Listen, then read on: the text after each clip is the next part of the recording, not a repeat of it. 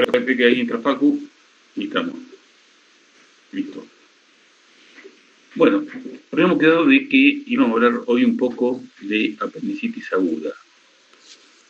Brian, ¿por qué se produce la apendicitis aguda? Bueno, la apendicitis aguda, según lo que yo estudié, puede tener varias causas fisiopatológicas. Pueden ser principalmente obstructivas, que pueden ser intraluminales, extrínsecas o parietales, o sea que interviene la pared del apéndice. Dentro de las obstructivas, yo leí que puede ser por un fecalito, por cuerpos extraños, por parásitos y hay una que se me escapa. Por el vario. Por varios, sí. Pero en general, ¿cuál es la causa más frecuente que vas a encontrar? La obstructiva. La obstructiva claro, por fecalitos. Exactamente, y por fecalitos. Por fecalitos. ¿Y qué es lo que pasa cuando se obstruye con fecalitos? ¿Cuál es la presión intraluminal? Pregunta fácil de final. Presión intraluminal normal del apéndice. Eso no estaba en el Jiménez, ¿eh? Yo tampoco lo leí. No. En general es menor a 5 milímetros de mercurio. Y si ustedes vieron alguna vez un apéndice, es un tubo de aproximadamente 4 o 5 milímetros de paredes gruesas y con una luz, una pequeña luz que cuando se obstruye por X causa, rápidamente aumenta la presión intraluminal arriba de 50, 100 milímetros de mercurio. Por lo tanto, cuando se ocluye, ¿qué es lo que pasa? Sí.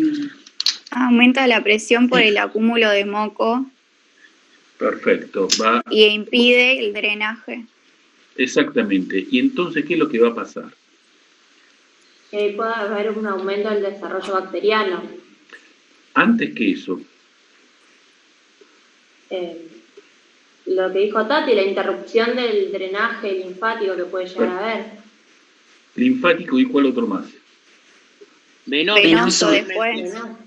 Venoso. Por lo tanto, cuando tenés una alteración en la presión intraluminal, que al principio te altera el retorno venoso, ¿qué es lo que te va a pasar? Hay un edema parietal con isquemia de la pared del apéndice. No, primero de todo lo que vas a encontrar es un edema parietal. El edema parietal, a su vez, va a alterar cada vez más, ¿qué cosa?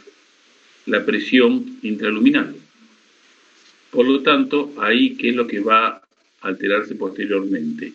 El compromiso arterial. El flujo arterial. El flujo arterial. Alicia, te pido un favor. Esto ustedes están como oyentes. Déjame que pueda manejar la clase con ellos, ¿sabes? Listo, doctor, perdón, gracias. No, no te preocupes.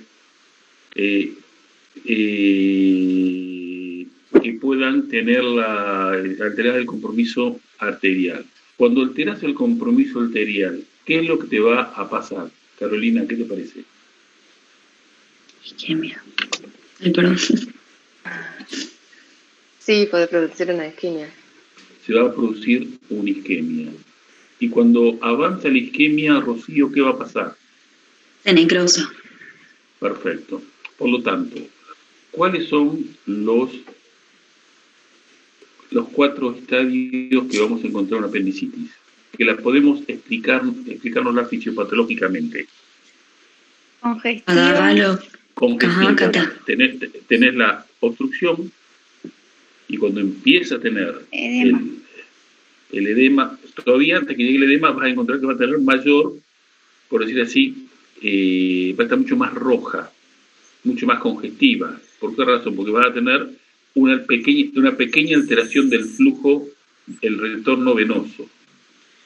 Profe, en el libro hablaba como que digamos, las diferentes etapas estaban dadas por la afectación de las capas. Porque decía, por ejemplo, que la catarralo congestiva tenía un infiltrado leucocitario polimorfo nuclear presente al menos en la capa muscular. Esa era la primera, como que te lo dividía por capas. Está bien, son distintas. Eso es más bien una explicación anatomopatológica. ¿Y cómo me puede decir así anoto la que dijo recién usted? Tenés la congestiva, que la vas a ver la parte fisiopatológicamente por una alteración en el retorno venoso al principio. Después, la edematosa, ya va a estar cada vez más complicado su retorno venoso, pero no el arterial. Posteriormente va a tener alterado el flujo arterial, va a tener el estadio donde va a estar necrótico. Y cuando va esa sería la gangrenosa, cuando ya se altera el flujo arterial. Exactamente, la gangrenosa. Y después, cuando se perfora, la perforada. Por isquemia misma.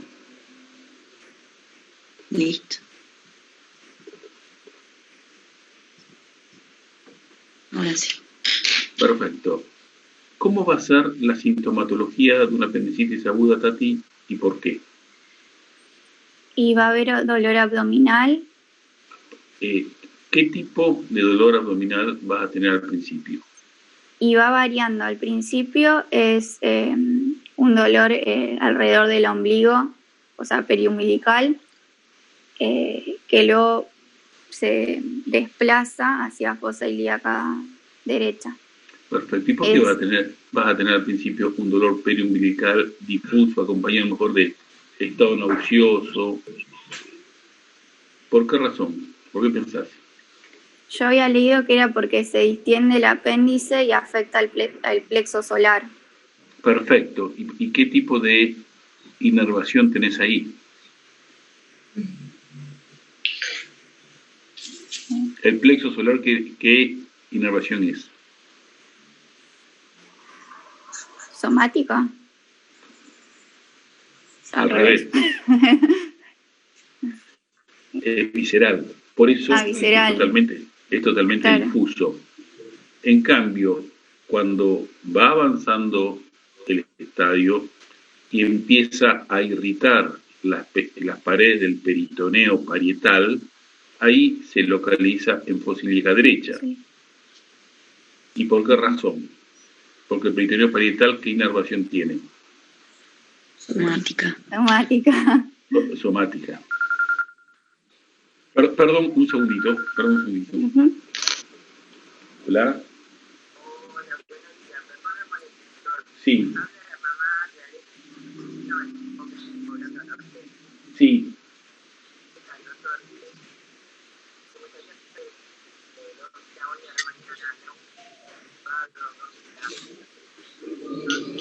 Bueno, ¿por qué? Sí. Sí, ¿por qué razón?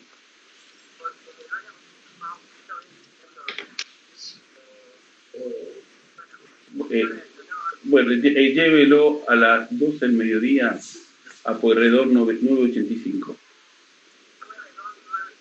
Exactamente. Esa es una mujer, sí. Bárbaro, muy bien. No, por favor, hasta luego.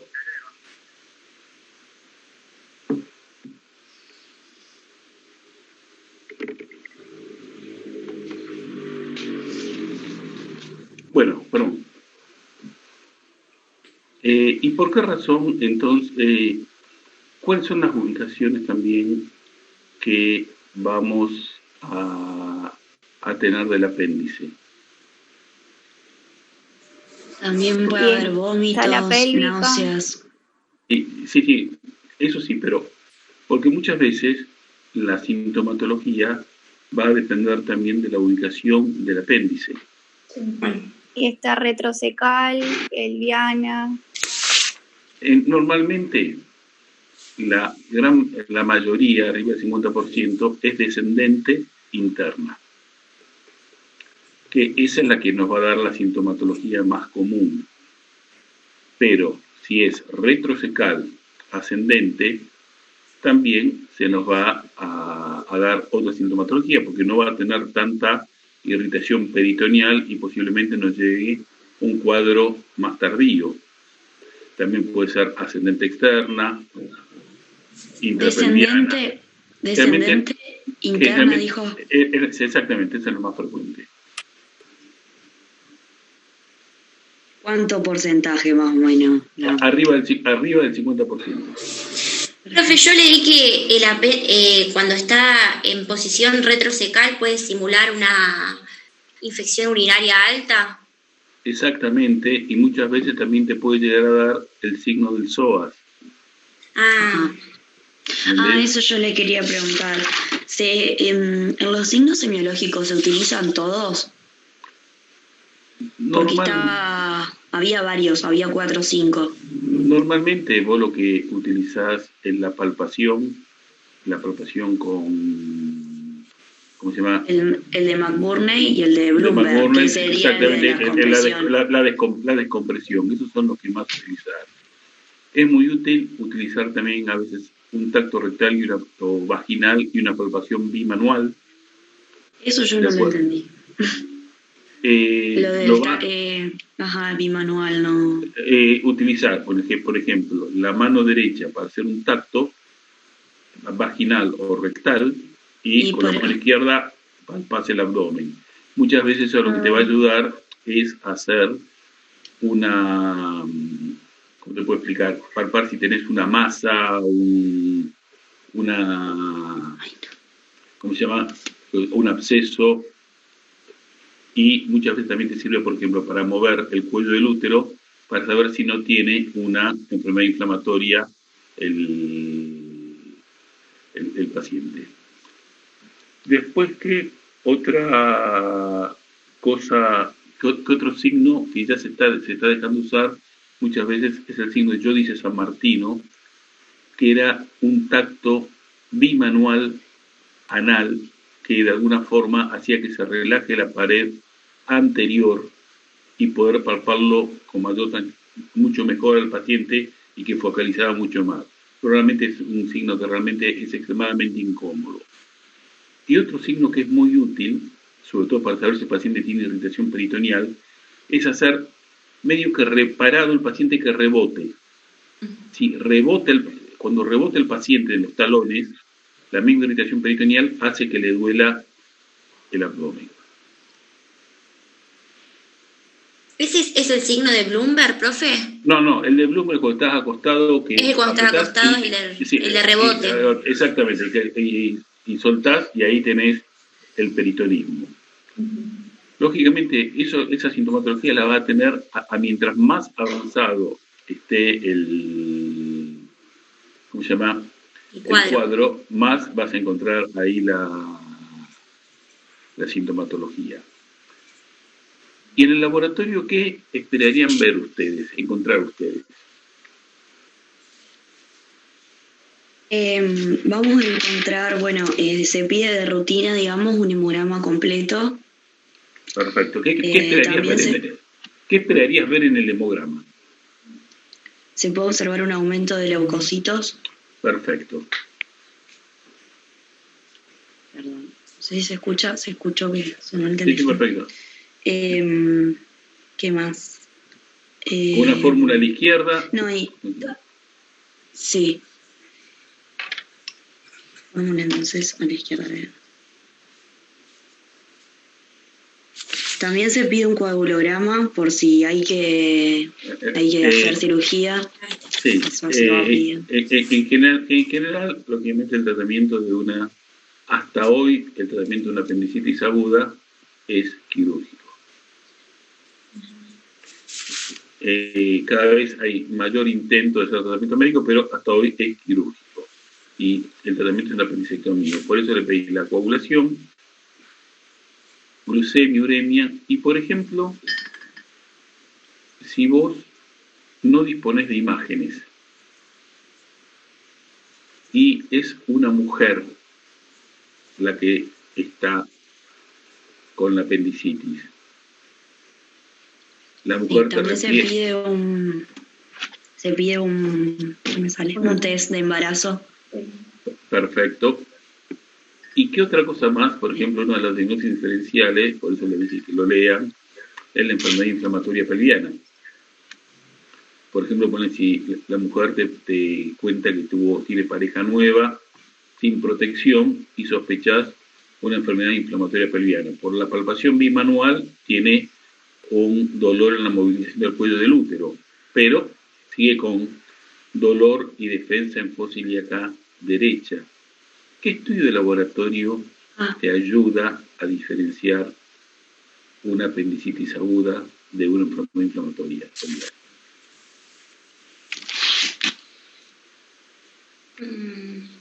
Facu, ¿qué te parece? ¿Puede ser un examen de orina? No.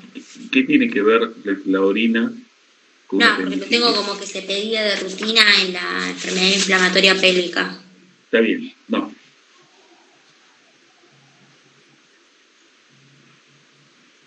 Ludmila, ¿qué te parece? Común, no. Examen común. A ver, ¿cómo es el...? Sí. No sé, yo vi que se le preguntaba sobre el flujo, si tuvo, si no. ¿Puede ser relacionado a eso? No. A ver, ¿cómo es el desarrollo de una apendicitis aguda? Cronológicamente, en tiempos. 3-4 horas. Rápido. Avanza. Ajá. Es rápido, porque justamente por las características anatómicas, un cuadro oclusivo hace que rápidamente altere todo el flujo y lógicamente el flujo arterial y venoso y la sintomatología. Y en una enfermedad inflamatoria pelviana es más lenta la evolución. Perfecto, bárbaro. Por lo tanto, ¿qué examen de laboratorio va a estar poco alterado en una apendicitis aguda y va a estar muy alterado en una enfermedad inflamatoria pelviana? No me pida. Carolina. No sé, profe. Fácil, es muy fácil. Brian. Estoy pensando, profe, pero tampoco lo sé. A ver, un estudio muy, muy básico. Que en uno va a estar poco alterado y el otro va a estar muy alterado. ¿Los reactantes de fase aguda? No. Una velocidad de sedimentación. Normalmente una apendicitis, salvo que ya tengas hecho un absceso o algo bastante más avanzado, va a tener un eritro de 20, 25. En cambio, en una EPIA, 70, 80, 100. ¿Por qué razón? Porque es un estadio inflamatorio que tarda más tiempo en desarrollarse y eso nos sirve mucho para hacer el diagnóstico. Lógicamente, si tenemos imágenes, ahora con las imágenes de calidad que hay, es mucho más sencillo, dándose una ecografía o una tomografía, hacer el diagnóstico. En una mujer, si tenemos dudas, lógicamente le hacemos una ecografía transvaginal. Profe, Sí. ¿puedo leer yo, a ver si lo encuentro acá? En el Jiménez había un caso justamente, o bueno, se lo digo, si no lo leo. Léelo. Bueno, a ver, para que lo busco porque lo tengo acá en la compu. Bueno, si quieren, charlen de algo hasta que yo lo busque, porque... A ver...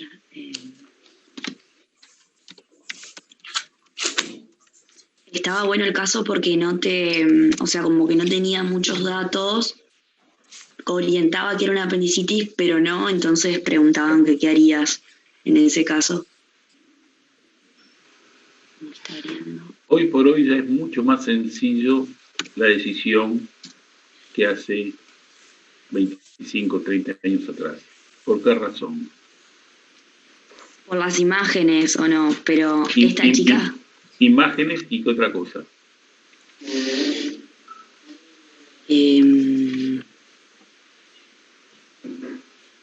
¿Cómo era la pregunta? ¿Qué cambió? ¿Hola?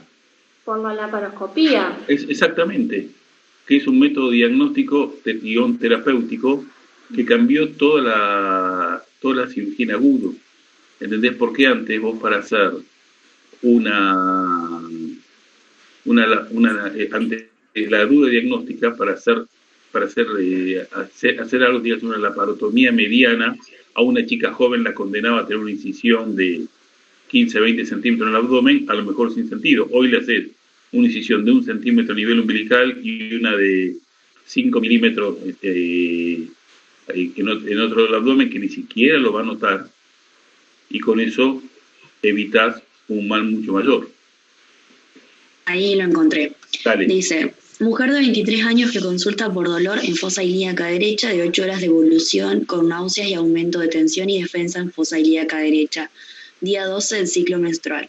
Hematocrito de 34 y recuento de leucocitario de 8.900. ¿En qué situación nos encontramos? Han transcurrido aproximadamente 8 horas desde el ingreso y en dicho lapso se realizaron estudios complementarios de laboratorio y de diagnóstico por imágenes. En resumen, se trata de una mujer joven en etapa fértil, ausencia de antecedentes personales de importancia, presenta una evolución de más de 16 horas, padece anorexia, la temperatura axilar es de 37,2 y la rectal de 37,6.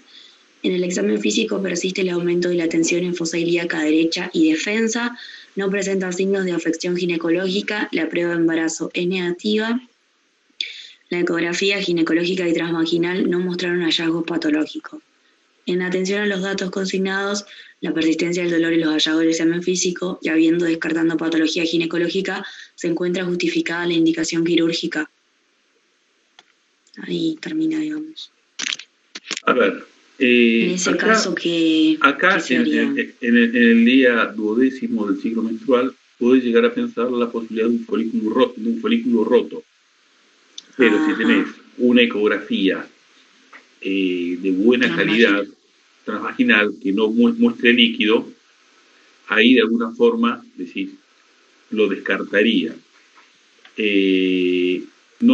Aparentemente no tiene ningún signo del examen ginecológico, es normal o está descartado por los ginecólogos. Por lo tanto, yo ahí lo que le plantearía a la paciente es una videolaparoscopía diagnóstica guión terapéutica. Claro, listo, se va, digamos, por ese lado. Cambió totalmente, ¿entendés? Porque antes, por ejemplo, vos le hacías una incisión de McBurney, que es una incisión de 2, 3, 4 centímetros, 5 centímetros en fosa ilíaca derecha, que tenés muy mala visión. Si el apéndice es normal,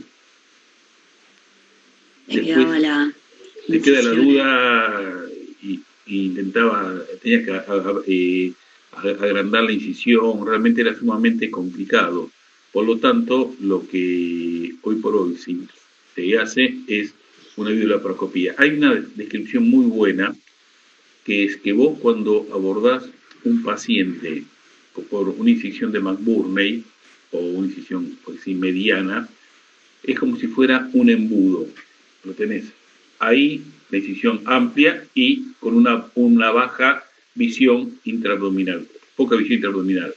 En cambio, cuando lo abordás por videolaparoscopía, es un embudo invertido, con una pequeña incisión en pared abdominal y una gran visión intraabdominal.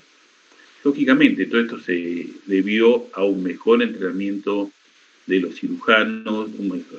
Hoy por hoy, el abordaje de la apendicitis aguda es laparoscópico, salvo casos muy, muy particulares que no se aborda ya por incisiones por laparotomía. En general, la urgencia ya por hoy es de videolaparoscópica, que nos permite una resolución muchísimo mejor, y aparte te permite lavar mucho mejor el abdomen que lo que podría lavar con una incisión pequeña. Y profe, ¿por qué no se podría hacer una laparoscopía, por ejemplo? ¿En quién? ¿En este paciente? No, en cualquiera. Viste que usted dijo que en casos muy, muy raros no se hace la paroscopía. ¿En cuáles sería? Por ejemplo, en un paciente que esté hemodinámicamente inestable. En ese paciente no le haces, porque el neumoperitoneo te lo puede inestabilizar más al paciente.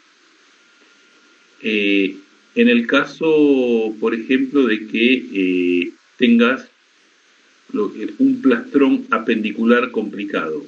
¿Qué es un plastrón? Es cuando... Eso te quería preguntar, porque no... El plastrón es cuando tenés una apendicitis aguda. Es como un flemón y tenés todo un proceso inflamatorio complejo que el mismo cuerpo fue a bloquear la apendicitis, y vas a palpar una masa que muchas veces laparoscópicamente es muy difícil poder solucionarlo. Y hoy por hoy, si tenés una colección dentro del flemón, lo que intentás hacer es una función percutánea, no hacer una resección. Y después dejar que solucione el flemón y después ir a buscar el apéndice si es que lo encontrás, si no está autodigerido. Y siempre acordate que eso te vas acompañando de imágenes, con tomografías, vas pidiendo tomografías de forma seriada, hacer el tratamiento con antibióticos, endovenosos, reposo digestivo, pero no es algo muy, muy frecuente ya ver flemones de origen apendicular, por la simple razón que la persona consulta más rápidamente. Listo, profe. Perfecto. ¿Qué otro diagnóstico diferencial van a encontrar con una apendicitis? En la parte urinaria, parte de la infección urinaria. Pielonefritis. Por eso está dentro de una infección urinaria. En varones, por ejemplo, una torsión testicular, una epididimitis. No, porque eso le va a doler principalmente en testículo. Sí, yo también pensé lo mismo, pero en el libro decía que teníamos que hacer el diagnóstico diferencial. Sí, pero generalmente va a tener el dolor bien localizado en testicular. Yo donde buscaría sería en la parte urinaria también un cólico renal. ¿Y qué característica va a tener el dolor del cólico renal a diferencia del dolor apendicular?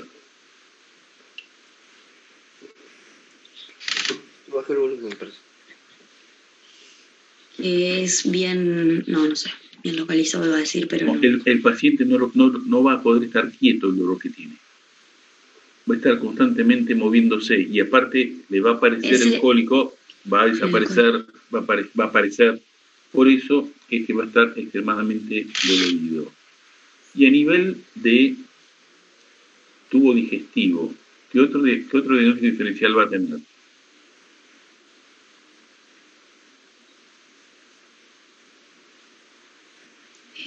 Una obstrucción intestinal.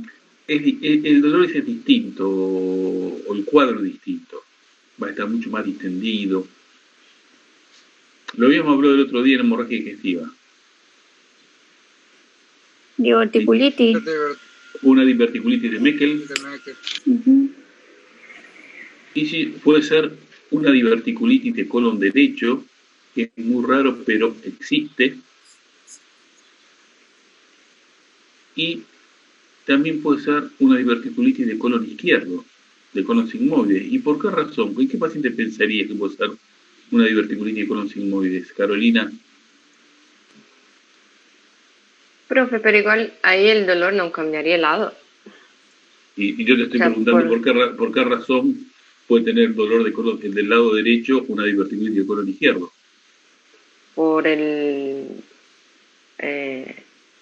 Por ser difuso.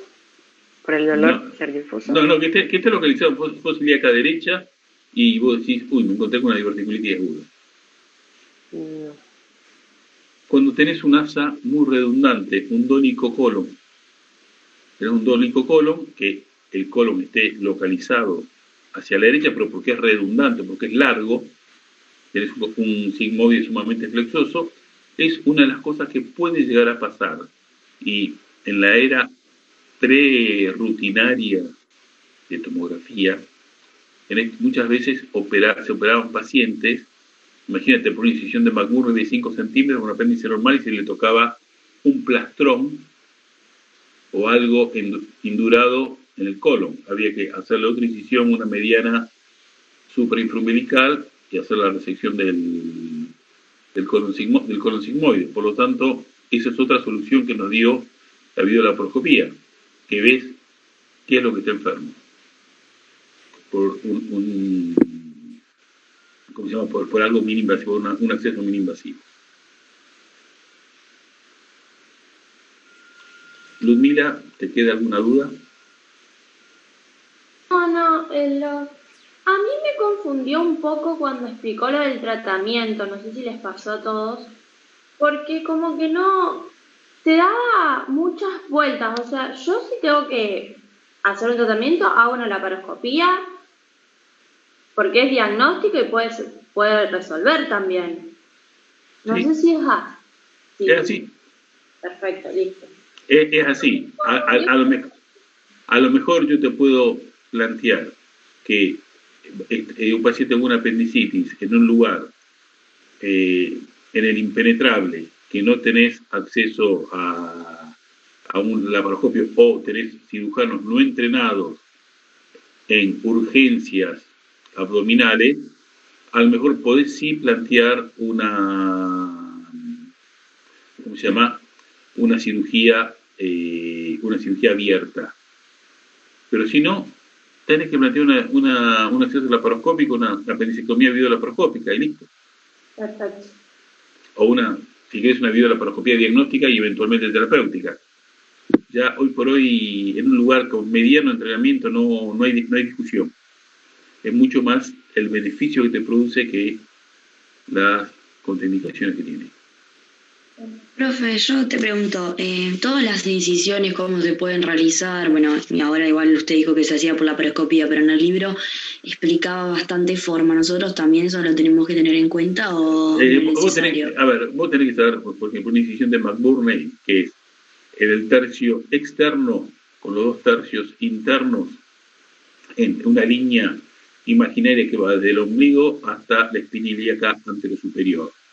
1 tercio para arriba, 2 tercios para abajo. Eso es una incisión de McBurney. Después tenés la incisión mediana, por arriba o por debajo del ombligo. Eso es decir, que es supra o infra umbilical. Y la otra incisión que podés llegar a charlar es la incisión subcostal. Se llama de Kocher, que es una incisión que es por debajo de las costillas, del lado derecho principalmente, que se utiliza para operar vesícula. Que lógicamente cada vez se ve menos.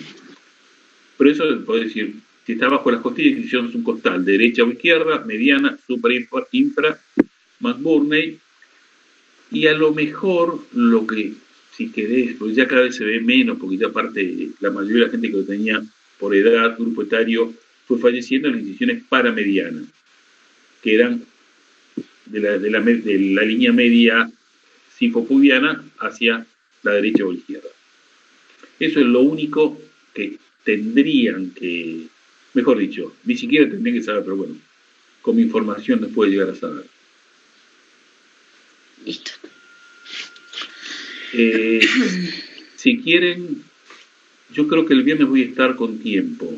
Si quieren, nos reunimos un rato el viernes a la tarde, ¿les parece? Y vemos la iglesia vesicular. Yo cualquier cosa les confirmo mañana a la noche. ¿No? Y si no, lo vemos el lunes. Pero si no, el viernes a la tarde, tipo 4:30, 5, nos reunimos un ratito para charlar, porque después no sabemos cómo se va a ir desarrollando el cuatrimestre. Así vamos ganando tiempo. ¿Qué les parece? Bueno, vamos adelantando charlas. Está bien. Profe, Bárbaro. ahí una compañera, no es compañera, un oyente preguntó. Sí. Dale, que pregunte. en el chat puso que si en la apendicitis perforada también se usa el abordaje laparoscópico. Sí, totalmente. Es mucho más fácil lavar un paciente por videolaparoscopía que por una incisión abierta. Es lo único que, si me decís, hoy por hoy no, está contraindicado hacer una videolaparoscopía es en un paciente que, por ejemplo, esté con una inestabilidad hemodinámica que el neumoperitoneo la pueda contraindicar. En eso es una cosa que dice, bueno, perfecto, lo tenemos que hacer otro tipo de tratamiento, que a lo mejor es una forma de abierto y contenido, que no es para este momento, para que lo charlemos, pero... aparte acá hay otra pregunta. ¿Siempre se lava con suero tibio? Se intenta lavar al paciente a temperatura de 36-37 grados del suelo. Nunca se lava con un suero fisiológico helado, porque lo va a producir hipotermia. ¿Y antibiótico, profe, se usa siempre de profilaxis, ya sea complicado o no? Profilaxis lo usás y después también son discusiones que yo personalmente, yo hace bastante que no opero apendicitis aguda porque estoy haciendo otra subespecialidad. Normalmente usás profilaxis antibiótica y eventualmente, de acuerdo al estadio, usás tratamiento antibiótico. Ok. Así que bueno, entonces mañana a la tardecita nos whatsappeamos y vemos si damos la charla el viernes de litiasis vesicular o pasamos al lunes. ¿Les parece? Bueno, profe. Bárbaro. Gracias. Bueno, nos vemos. Chao, profe, Hasta luego. gracias. Chao, por favor. Hasta luego.